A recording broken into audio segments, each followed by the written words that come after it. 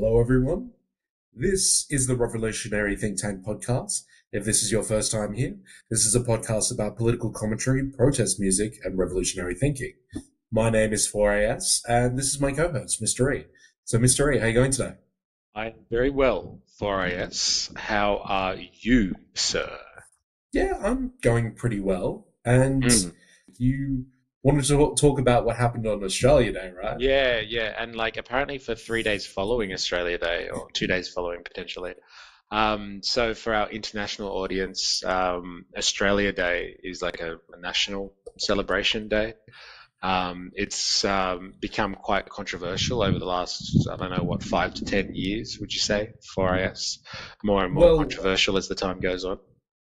I forget exactly when the Cronulla riots happened, but I think that was when it started to get controversial. I want to say it's the early noughties Mm. that But happened I mean where more controversial for the reasons for Indigenous pride reasons.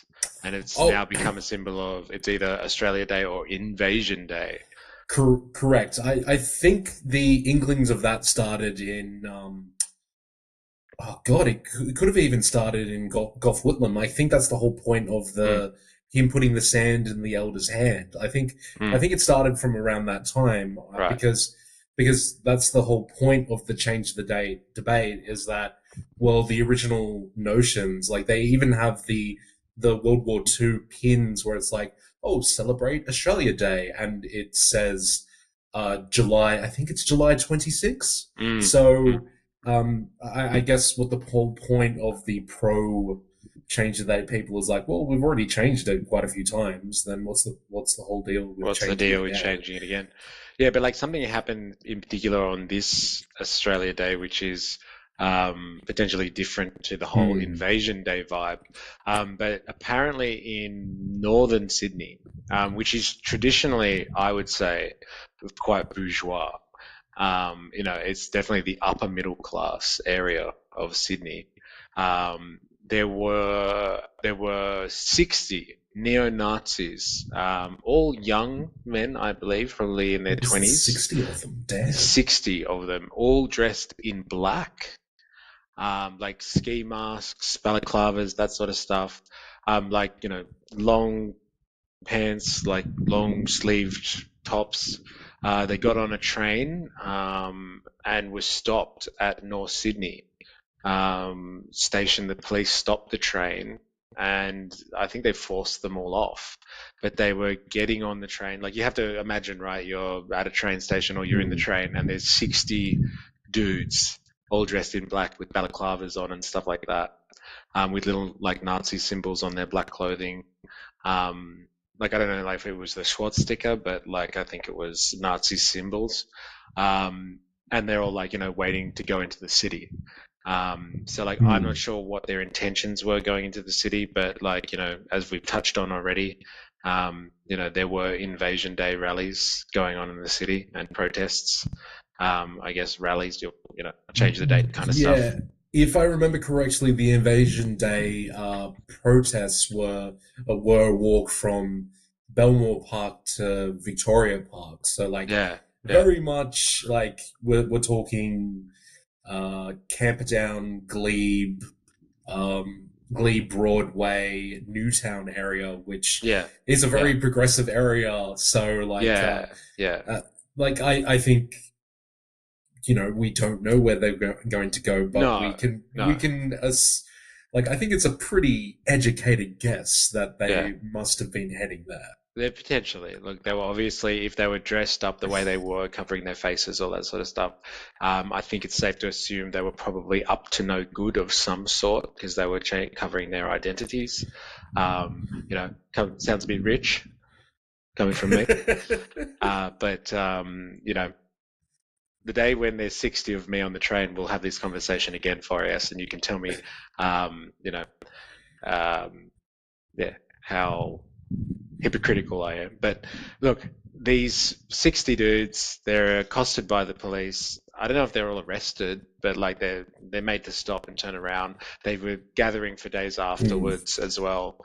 But like the thing that I really wanted to talk about with this group, right? Apparently they meet and like their thing is kind of like based on this European model, which is like tribal in a sense, like Mm. meaning they get young men together and they train together, so they're all fit. They do like combat training and stuff like Mm. that, and then they all like G each other up and they, get all neo-Nazi and Yeah, but whatever wasn't that that the entails. wasn't that the whole point of the fascistas? Like that was supposed to be an army. Like Yeah, yeah, yeah, yeah. they were supposed to be military-esque. Yeah, yeah. And So I think yeah. some of their leaders and stuff have been going to like, Scandinavian countries and stuff like that for summits, like, with other neo-Nazi parties. And like, figuring out all of these kind of tactics to kind of, bring on the new generation of neo-Nazis, whatever that is. But like the thing that I wanted to kind of hone in on because kind of it's relevant to what we talk about a lot, Mm. and it's kind of contradictory for me. Like it needs some unpacking is that these guys refer to themselves as National Socialists. Mm. Yeah, they're not just like neo-Nazis or skinheads or like, I don't know, fascists or something. They refer to themselves as like the technical term of that, of Hitler's movement, which was National Socialism. And Mm. like, socialism for these types of people, these hardcore right wingers, the word socialism, and we're going to get into communism, is like, just absolutely repulsive to these people. They can't stomach it. They can't even say the word without like dry heaving. But they Mm. definitely refer to themselves as National Socialists. Now, I'm trying to think if that gives them, they use that terminology and that phrase because it gives them an air of sophistication. Because, like, to be socialist in today's, I guess, political landscape would imply that you have some type of political understanding of what it is to be on this type of political spectrum.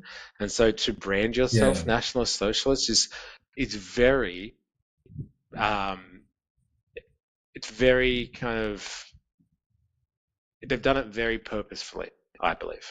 Yeah, and look, I'm gonna throw around a bit of jargon, and so listener, viewer, please look up any of the terms that I'm about to quote if you're not quite sure what I'm referring to. But like, the thing though is maybe they're using that sort of term because, like, isn't that the whole thing about anarcho-capitalists? Like, it's a bit of a Wild West world, that sort of Mm. libertarian mindset. Yeah, yeah, Like, they they're willing to kind of latch onto things if they think it's in their best interests. So yeah. like yeah, they like it's entirely possible that these guys read Mein Kampf and they've decided to use the old terminology because that's what they've read, Mm, and mm. yeah, it probably does. Uh, it does lead to that traditional way of phrasing things, which is the whole National Socialist. But Mm. look, this could just be my interpretation, and people could disagree with me. But I kind of feel like with libertarians and caps, the anarcho-capitalists, they're just as varied as Smarties Skittles. Like there's all different colors and flavors for them. Yeah, So yeah. um, It's very just particular. It's very particular the language they're using. Like, don't get me wrong, the ideology that like Hitler termed for his Nazi party was National Socialist. mm, And like I often get people that will like, will be narky about like revolution in the sense of socialist revolution. And if they think you're a socialist, and be like, yeah, but like, Hitler was a socialist, man, like kind of thing. And like, they mm, point to the term National Socialist because the word's in there. mm, And so like Hitler was obviously very clever about how he ran his political campaign. There were mm, huge amounts of communists and socialists in Germany when he was coming through, yeah, and like building the party and stuff like that. And like it was very intentional to use the term socialist in his like in the rhetoric that he was spousing because yeah, he was able to win over people from the working class by using the term socialism. yes, Now, these people I would say, and like, this is just, a massive assumption here, they are not politically educated in the sense that they haven't probably read Marx and rocked up to socialist rallies, and they're not members of like the working class movement kind of thing that have then converted to Nazism. They're probably just pissed off racists who associate with Nazi culture because of their rage as opposed to their political leanings, if that Mm. makes sense. And so for them to continue to use the National Socialist description, I find fascinating. I find fascinating that a bunch of knuckleheads, like 20-year-old knuckleheads that Mm. get together and like they work out and beat each other up and stuff like that, and then get on a train dressed in balaclavas to go, intimidate people in the city on a national day, would use National Socialist. Like most of these people, are the types of people that put up right-wing memes on social media where they're like, disparaging communism or something, but they're really describing like capitalism and stuff like that. That sort of, Yeah, yeah, yeah, that yeah. sort of irony that always happens in social media. These people wouldn't know the difference between, socialism and capitalism if they tripped over it. But like they're happy to describe themselves as National Socialists. It's very interesting for us. Well, yeah, and maybe this also might be the type of person that um, uses such words as woke in a very broad sense without probably understanding the origin of the word. Like, for Mm. example, it's a word that's very much from uh, black culture, and it like the whole point of the word is just to be aware of your surroundings and also the people that are around you. Whereas I think nowadays it's just been bastardized into a word of basically something that you disagree with, like Yeah, almost to the yeah. point where now there's a meme where I've seen where it's like a young boy in one of those old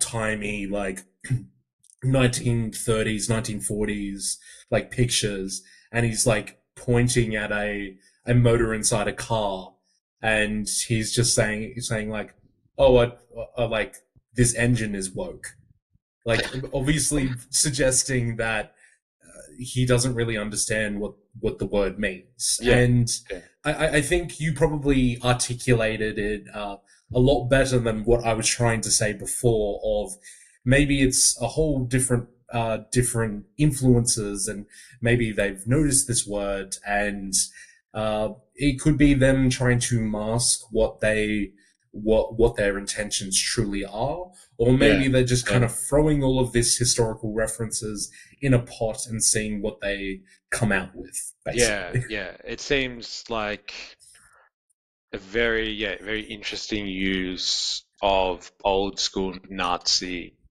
terminology.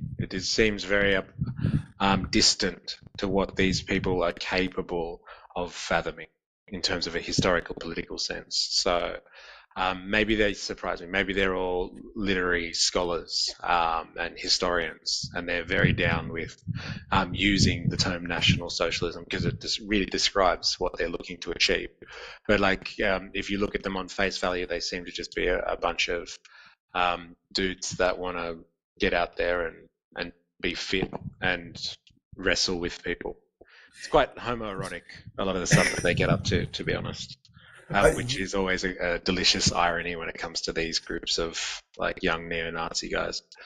yeah, but like even with ideas like this, I forget the exact saying, but it's when something first occurs, it's a tragedy, and when it happens again, it's a comedy. Like Yeah, yeah, yeah, it's something like that, and yeah, I guess maybe the like even if you look at it in history, because that's the whole thing. Like leading until the neoliberal neoliberal age with what Reagan and Thatcher did. Like, there's a very famous quote by Thatcher being like, somebody interviewing her and saying, "Hey, like, what do you think is your greatest achievement?" And she very harrowingly said, "Oh, the new Labour Party." And I think what that is referring to is, everything that led up to Tony Blair and the fact that he kind of backed uh, Bush with instilling the lie about the weapons of mass Yeah, destruction and all of yeah, that, but like also Blair being a huge proponent of neoliberalism, et yeah, cetera, et cetera, et yeah, cetera. And I think, um, I guess what I'm trying to say is that these terms that you would very heavily associate with the 20th century, like Nazism, communism, mm, socialism, left, right, blah blah blah. That they might be framed nowadays in the 20th century as a tragedy, but people aren't necessarily understanding these terms in the 21st century, and that's when you get to, I wouldn't say comedical, but at least farcical fashions. Like, yeah, because yeah, really, let's go back to what you described these guys as when you first said all of that, leading up to the point where you're like, oh yeah, and then they had like the swastikas. Like when you first said that, I was like, wait, are you describing neo Nazis? Or are you describing Antifa? yeah. I know they Like, look like Antifa. If you see a yeah, picture of them on the station, they look like Antifa. They're dressed in black, but they've got like these really small, like red and white kind of Nazi symbols and stuff. It's not swastikas though, like other symbols that yeah. the Nazis would have used. And like, but like, yeah, they just look like Antifa. It's really like kind of all over the place. And like, then it just adds like, it's icing on the cake that they actually describe themselves when you talk to them, like when they're interviewed and stuff, as nationalist socialists. Not they don't describe themselves as neo Nazis or true blue or something, that like hardcore right wing Australian groups have used in the past. They actually describe themselves in a political on the political spectrum somehow, which is yeah very very interesting, very interesting. But but I'm but but it also dictates what I was kind of describing is that Yeah, and it's the funny. fact that they've sliced aspects of um, imagery that's associated with the left as well as imagery associated with the right Yeah, yeah, to yeah, yeah. like It's a yeah weird juxtaposition or mashing together of like opposing cultures, which I don't think they understand at all, but they're hmm, embracing like hell. And it's really for people that are savvy to this type of stuff, it's pretty confusing for us. I gotta tell you. Like hmm. it's really confusing. And like the other thing that I want to unpack here and I want to get your opinion on, um, which is like controversial, but like was like the police stopped the train they were on. Now, like don't get me wrong, sitting on a train with 60 of these dudes, um, would have been pretty intimidating. I'm assuming, Yeah. but like at that point, they hadn't broken any laws. I'm assuming they were on public transport in the public realm. Um, they were accosted and they were stopped and turned away. On the following days, they were followed by police and stopped doing what they were doing, which was basically assembling. And like as you would know, like in a liberal democratic society, the right to Yeah. assemble, um, the I right sense to I be in a I public sense a place, yeah. like this is a massive crackdown on individual freedoms. And like while, I'm not for these types of people gathering and intimidating people, up until that point, unless there's something else going on, up until that point, they hadn't broken the law. But they were Hmm. stopped, their leaders were arrested, and like this New South Wales state government is trying to bring in laws to stop these people from gathering. Now, that's some slippery slope kind of stuff for us. Yeah, I did get a sense that you were posing a philosophical question to me. Yeah, So you're basically proposing to me, um, I don't know what the specific dilemma is called, but let's call it the Minority Report dilemma. yeah, So I'm assuming people have seen the movie where they have the cops that can predict what's going to happen in the future, therefore they arrest them before they've done the deed. I haven't seen it, but Um, I've seen the Futurama episode which rips on it, so I know the gist. yeah, yeah, yeah. So I guess what the point of your question is that okay, you don't agree with what they stand for, but they technically didn't do anything wrong. Like they Um, hadn't done anything at that point. So yes, like, is it justified to stop a group of people from, yeah, assembling and using public transport or being in a public place, if they're just seen as being intimidating? It'd be like um, seeing a bunch of like, I don't know, ethnic looking people gathering in a mm, place and some, you know, Australians, and when I say that term, I mean like Anglos or Caucasian Australians being like, oh, group of darkies, watch out. And they get yes. arrested because they look intimidating. Like, what's the difference there? Okay, I'll do just to kind of give people context. I'll give a quick meta ethics philosophical background of basically the question that you're proposing.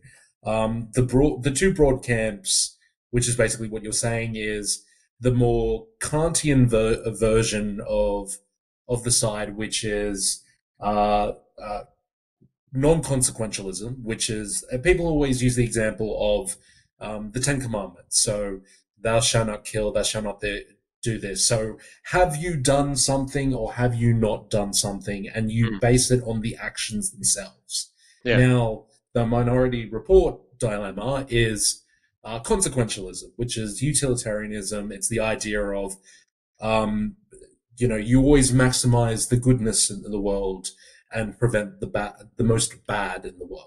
Mm, So in this idea, the idea um, of the police basing, okay, we've got 60 dudes in the train. Okay, they're not carrying weapons, but they're potentially intimidating people. We know there's an Invasion Day rally happening in the city at the moment. They're heading to the train to the city. Uh, Maximum probability they're going to go to that place and disrupt things. And for all we know, there's going to be a massive riot that happens. So they're maximizing the good because they're anticipating the uh, the ill that's going to be created. So they're maximizing the good by stopping them in their tracks.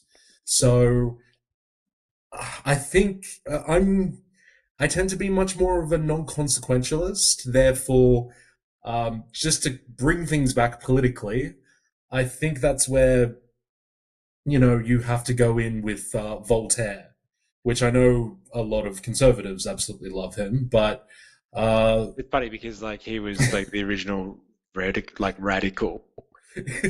So like it's funny that like as time has gone on, conservatives pick him up as their poster boy. yeah, and like um, I know it's the misquote, but I'm sure everyone knows it because I don't think this is the actual quote, which Mm, is, you know, I might disagree with you, but I'll I'll um I'll die for your right to say what you yeah, want. yeah, yeah. I'm obviously paraphrasing it. It's something completely different. Like everyone misquotes it, but Mm, it's like of that ilk. yeah. And well, I kind of agree with you in the sense that it kind of is a slippery slope. And to be honest, I think it's a slippery slope because it's, once you justify one thing, you can justify an You can X. And justify anything, and like you can bring in a law, right, to capture these group of people. Like the law doesn't just get applied to that group of people. The mm, law can get applied to anyone. And like if there was an Invasion Day rally going on, like in a couple of years' time when they decide that that is violent and intimidation, then like they'll use the same law to shut that down. well, And so like actually, big groups of people on the train dressed in Invasion Day gear will be rounded up, the trains will be stopped and they'll be asked to go home. The ringleaders will be arrested. now I'm not up to date with the information for this, but Mm. funny you should mention that because I think it was actually at the start of 2023. Mm. Anti-protest laws came through Um, here in Australia, mm. here in New South Wales, I should say. Mm. And what that was is that at the time, like before the laws came in by the then Liberal government, um, if you if you were going to hold a protest, you do the courtesy and you let like the police know, etc., etc. But what the law was is that the burden of proof was on the police in the sense of if they felt like you were going to disrupt or there was some danger involved that they suspected beyond reasonable doubt, then the burden of proof was on them to go to the Supreme Court and shut down the protests, blah blah blah. Yeah. But with the anti-protest laws, that flipped. So you go to the police, blah blah blah. But if the police turned around and said, "No, no, we don't agree to this. We think X, Y, Z," Mm. the burden of proof was on the organizers of the protests to go to the Supreme Court, et cetera, et cetera, et cetera. Yeah. Yeah. And that's what led to the whole I think her name was Violet Coco, and like the reason why it was brought in was the climate change protesters that were blocking part of like I think it was like Anzac Bridge and stuff like that in order to protest. And Mm. but ultimately what happened is I don't know the case beyond this point, but I think Violet Coco managed to prove in court that those anti-protest laws were unconstitutional, Mm. and she won there. I don't know whether Labor have like rescinded that since. I don't know what's I'd happened, say probably but not.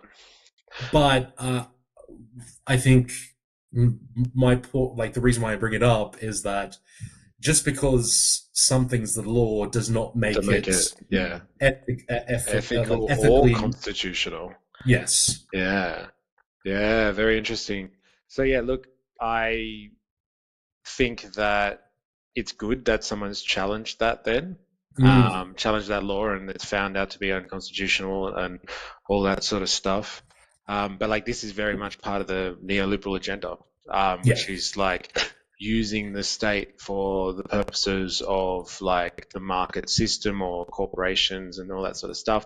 If you have people that are able to, assemble or disrupt the economy basically by like, shutting down a major roadway so people can't get to work, and like disrupting daily life and all that sort of stuff, it's fully justified having a state have laws and measures of violent coercion to stop people from being politically free and expressing themselves in whatever political form they want, which is protest in this sense and like making a dramatic statement, direct action, activism, all that sort of stuff, which, is crucial to living in a democratic society, being able to express yourself politically. That's why we have public places. You Mm, should be able to do what you want in a public place, disturb the peace, as it were, to kind of get attention to your issue.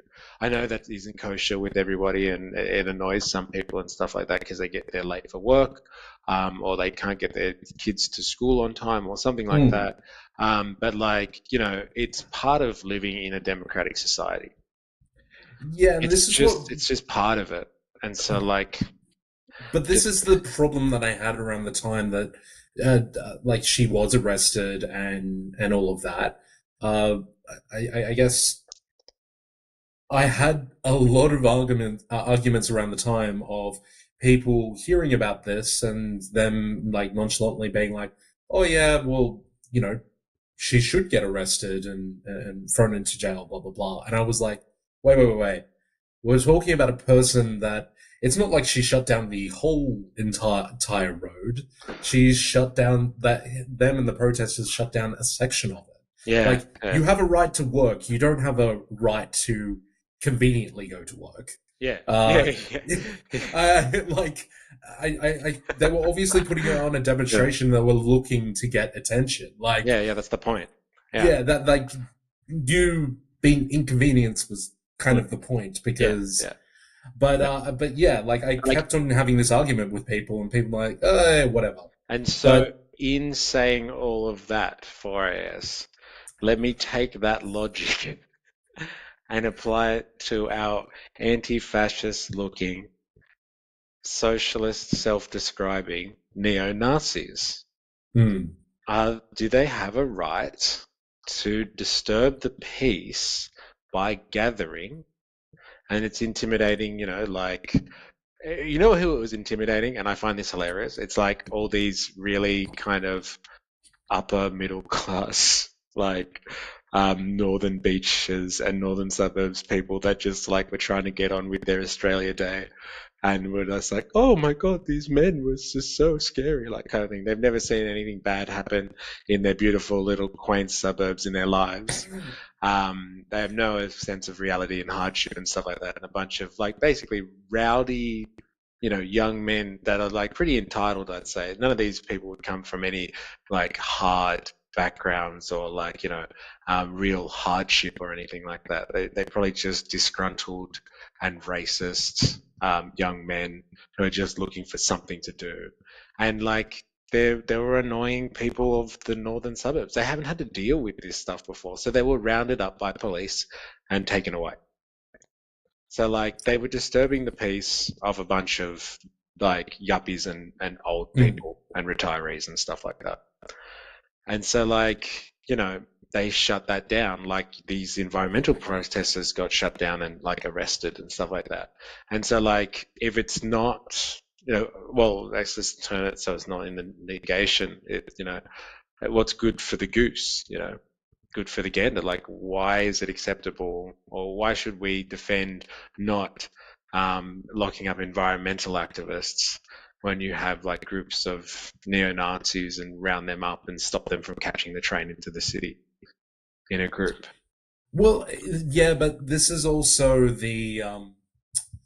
I think what you're pointing at as well is the playing for your team aspects that always happens with discussions of the left or the right. That breeds inconsistency. I guess what you're pointing towards is, well, if we're going to agree with Invasion Day protests and also maybe even discussions of socialism and communism being quite free, because I think maybe to a certain extent the reason why people are at least a bit more forgiving in the zeitgeist of talk like that is they feel I think that ordinary people in liberal societies feel like with the fall of the Soviet Union, communism and socialism is much less of a threat in comparison to Nazism. But isn't But that funny I though? Because it's like the Nazis or like fascist societies are gone. Like there are still socialist and communist describing self-described societies out there. I just mean in like advanced countries, like Yeah. you only have to read Noam Chomsky of whenever there's a whiff of a socialist or a communist party that wasn't the USSR or the CCP, the America was right there to like Mm. completely destroy it. Yeah, yeah, yeah. But I guess back to my point. Like the reason why, um,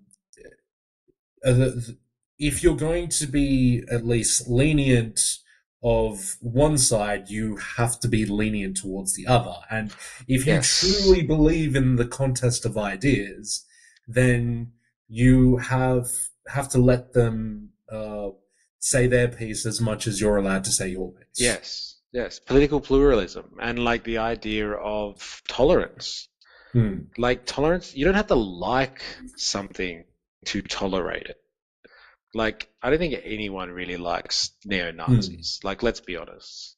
Like, I don't think anyone really, unless you are a neo-Nazi, is Hmm. going to just be like, nah, these guys are alright, like kind of thing. They're they're they're a bunch of meatheads. Like at the end of the day, Hmm. and they've got really nothing to offer society. I wouldn't say that. I know that they I think they've described, or part of their mantra is that they want to start a new society, but Yeah. like God only knows what that society is going to be. Like, because like their idea of fun, and this is what happened in Artarmon apparently, which is in the heart of the Yeah. northern suburbs. Yeah. They hired out the local scouts hall to have their get together, and like Right. the neighbors that lived near the scouts hall got upset because all they could hear was these young men in there grunting and groaning and fighting each other and doing their martial arts and all that sort of stuff and cheating Right. each other up. So like again, it's like these kind of NIMBYs, these rich and well-to-do suburbanites who like have these lovely, quaint and isolated, gated communities, and Mm. they're being slapped in the face by um, undesirable characters, neo-Nazis, and like they're upset about it, and the police are being used as a tool to kind of sweep them away. In the same way that an environmental protester gets swept away, or like potentially even some type of invasion day rally maybe in the future Yeah. will get swept away when it's deemed that that's going to be a public nuisance problem. So like I'm just worried that like once you start drawing these lines in the sand and saying that like the right to associate, the right to assemble, the right to be in the public realm, Mm. is basically judged on whether or not a bunch of well-to-do citizens describe you as a public nuisance or not, is just ripe for slippery slope territory. And it's like it's Mm. opening a Pandora's box here that like I'm not sure that like us as revolutionaries or just like liberal leaning people generally want to go down. We don't want to support this sort of stuff, even if they are like neo Nazis and stuff like that. If they're violent, it's a different thing. If they're out Mm. like and they've got an agenda, or like they're about to plot something like an attack on someone or something like that, very different. Like the Cronulla riots, a very different affair. Mm. There was like 300 of those people. They were alcohol fueled and they were on a rage, and they wanted to kill people that weren't Anglo-Australian, and they almost did on that Mm. day. And that was like reparations for like people going down to Cronulla Beach and beating up lifeguards and stuff like that. There was a clear agenda there, and they were obviously out for blood. Now, these Mm. people, I'm pretty sure it's safe to assume they probably were out for some type of sport, and they were going to pick fights with people and stuff like that. But at that point, being on public transport and like, just looking intimidating because you're all dressed in black, like it's not a crime yet. There's no law breaking there. And to say it is, I'm worried about what that means for the future. Like I do say all of this without defending neo-Nazi culture. I just want to put that caveat on it. Yeah, and I actually would like to put a little bit of a tidbit on there because, okay, I didn't know too much about it, but obviously I did hear that it happened, and I did have a friend at work that actually has family from the Northern Beaches, and when I Mm. raised it, um, she sniggered a bit, and I was like, "Oh, like, why did you laugh there? This is a pretty serious matter." And she's like, "Oh no, I just find it funny that it was people from the Northern Beaches Yeah, isn't that because crazy? because what her point was is that, well, usually well, from her experience, I'd like to add, she was like, "Oh, from what I know of people in the Northern Beaches, they don't go anywhere outside of the Northern Beaches unless they absolutely uh, think it's necessary." Yeah, As in, like, going across, I think it's the Spitfire Bridge or the yeah, Spit yeah, Bridge. yeah, Like, they don't go across that bridge unless it's absolutely yeah, necessary. yeah, yeah, Um, yeah, so, yeah, like, according to her, like, the fact that they were heading outside of the Northern Beaches was wild. yeah, yeah. And that's why like these are just like a bunch of man children, to be Mm. honest. They've never experienced anything difficult in their lives, but they're willing to complain and rally or get upset about it and form these little tribes of neo-Nazis and stuff like that. So that's an interesting kind of look at what's happening socially within that enclave, which is the northern beaches and the northern suburbs right there. They feel like they need to take it upon themselves to right the wrongs of our multicultural, decadent society as we Mm. spiral into, barbarism and chaos. They're going to be our saviors, and they're going to, create a new society apparently based on their Nazi principles and show us all the light, which is amazing. But um, if that's what they truly feel, then like if they do that in a way that is, not breaking the law, like I think there needs to be a level of tolerance for that, in order to allow other people to also express themselves politically if they so choose. Um, and yeah, as much as I don't want to kind of defend what they are doing at all, the only people they seem to have upset so far are other people from the northern beaches. And like, we've described people that never leave the northern beaches and they think it's a safe haven. And they're starting to see that society isn't all sparkly and, sunshine and lollipops. And as soon as they get a little taste of how ugly things can be, like they use the police, a state apparatus, with a control on violence to shut down what would potentially be violent acts. And maybe this is a point that I want to end on, but uh, look, obviously, I don't agree with their ideology or what they stand for, but but I do believe the anger that they feel is real. There's a kernel of truth to that anger, which obviously is coming from a place of um, you know, life isn't fair in some regard. But Mm, they whether how in depth their understanding of history and their reading is, they obviously in some formal capacity refer to themselves as National Socialists. Now mm, let's go through history. Why was the whole point of the National Socialist ideals was started? And it's because Hitler was a poor artist in from Austria,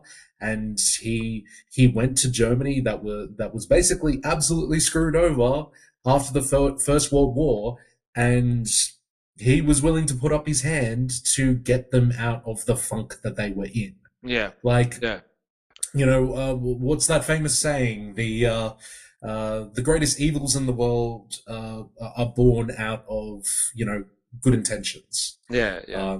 But yeah, like I think what is real is the anger and the lack of action to escape from their situation, and you you have to take that into consideration. Yes, and like I think we can bring it all back to, which is kind of maybe potentially ironic for these people, these neo-Nazis, but like we'd have to, I'd just be assuming, but what they're upset about is the problems of capitalism. It's Mm, not they're upset about like, well, they think they are, but they're not upset about like migrants taking their jobs or, progressives and lefties and environmental activists, making the world horrible, and they're going to bring in traditional values and make things right and take us back to a simpler and a better time. Like it's the problems of the capitalist machine and capitalist mode that causes them their mm, frustrations. Like they've got less access to resources and the things that their parents did, and they're upset about that, because life is harder than it used to be, or life has changed, and that's capitalism right there. Like capitalism doesn't stand still, and like neoliberal capitalism, or late stage capitalism and things like that is really squeezing the entirety of the working class, whether you're lower or middle class or whatever, to its absolute limits at the Yeah. moment, and people are feeling the burn of that, and the frustrations are mounting, and that's where the Nazis came from, imperialist capitalist wars, and the ramifications of that. And like, yes, Hitler was able to kind of work with the capitalist class, to kind of deliver them a society where they got to keep their money and their power, Mm. but like they just erased the democracy part and brought Mm. in fascism. So it's kind of a form of state capitalism, really. And like that's what I'm assuming these people would like. They would like, um, to keep the capitalist mode going, the thing that has made their country great in the first place, but remove all the democracy out of it, the free speech and the liberal values. Yeah, but I guess maybe our talk is going full circle. But I would not be surprised if the whole reason why these 60 or so guys decided to dress themselves up and go to the invasion day. Well, look, Go to the allegedly, city. They were allegedly. going on a picnic for us. All right, let's just call it what it Yeah, is. yeah, yeah. Let's going to the city for an undisclosed reason. Um, like, like the reason why they were doing that is what happens every single year leading up to the 26th, which was the media were hamping up the culture wars between Yeah, yeah. why we should keep Australia Day as the date it is right now, and why should change it. And really, at the end of the day, it's just to have eyeballs on the news and for people to lap it up. Good old manufacturing consent with Mm, no intention of actually changing it or making a decision. It's just a way to kind of stoke the flames of people that are on the left and people who are on the right. mm, I guess maybe that was kind of the reason why I got behind the Voice to Parliament, because I actually felt like mm, maybe we might be able to do something about that issue in general, because I've experienced this kind of talking points with Australia Day way too many times that mm, you almost become desensitized. So mm. I'm not surprised when you have a conversation like this so many times that it gets embedded into your memory and your being, like it Mm, always mm. is. That you get things like the Cronulla riots and people like the ones recently that get ideas in their head Yeah, and they feel like they have to battle on the front lines of a war that really frankly doesn't exist. yeah, yeah. I like the idea of the culture wars being used to kind of amp up all this sort of stuff. And I'd like to leave you then with like an anecdote, of Okay. my experience of Australia Day.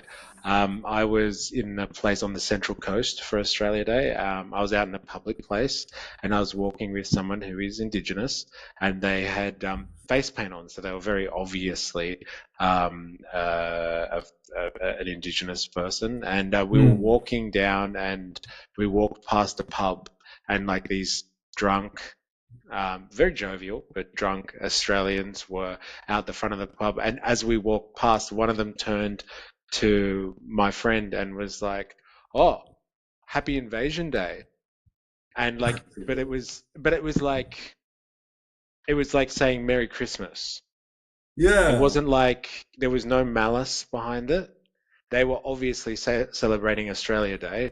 They were very happy and drunk and all that sort of stuff. And they just said, "Hey, how you going? Happy Invasion Day," kind of thing. And like they just turned, like my friend turned to them and says, like, "Yeah, thanks."